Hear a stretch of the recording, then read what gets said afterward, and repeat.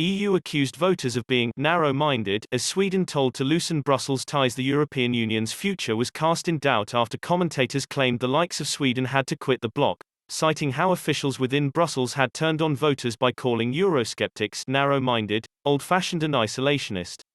With the UK delivering a world-leading vaccine programme, EU member states have viewed Britain with envy.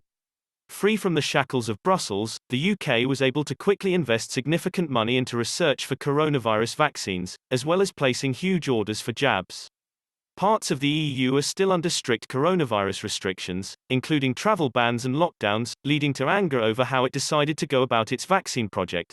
Critics argue it spent too long signing off on various vaccines to use, and that this, along with pharmaceutical production issues, has seen it fall behind in getting jabs in arms. The World Health Organization, WHO, has also waded into the row, claiming the rollout of vaccines in Europe was unacceptably slow. This caused a new wave of anti-EU sentiment growing inside member states, especially as countries continue to struggle with vaccine supplies.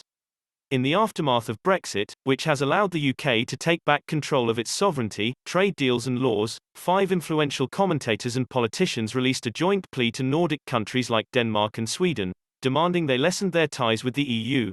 Mark Brolin, Jan Erik Gustafsson, Hella Hagenau, Ulla Klotzer and Erna Björnadottir, from Sweden, Denmark, Norway, Finland and Iceland, co-authored an opinion piece, which also outlined how the EU would turn against voters who criticized the bloc.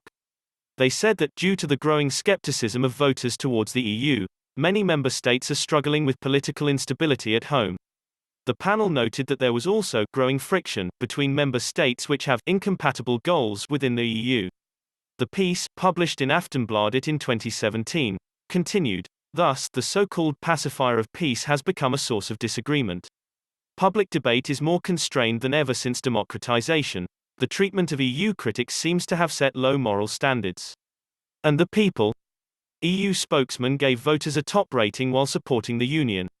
Now, when the voice of the electorate is mixed with skepticism, a large part of Europeans are described as narrow-minded, old-fashioned and isolationist or in the power of dark forces. Denmark, Sweden and Finland are inside the bloc, while the other 2 Nordic nations retain links to the EU through the European Economic Area. The authors argued these countries must relinquish some ties with the bloc in order to prosper. As a result of the close relationship to the bloc, Norway and Iceland have also seen influence over their own laws weakened. The other 3 countries abide by EU legislation. The authors urged their nations to curtail their political and administrative links to a European construction that is already singing his swan song. This would allow him to strike deals, both on security and trade, with other nations including the UK, which is seen as an ally to the likes of Denmark and Sweden.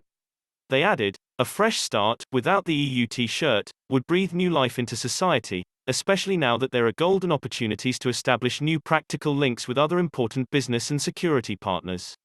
Britain is the most obvious example. The Nordic countries would, of course, seek to maintain good relations with the countries of the European Union, without any pressing political superstructure. Doing nothing would, in our view, probably secure a long-standing, continuing political stalemate.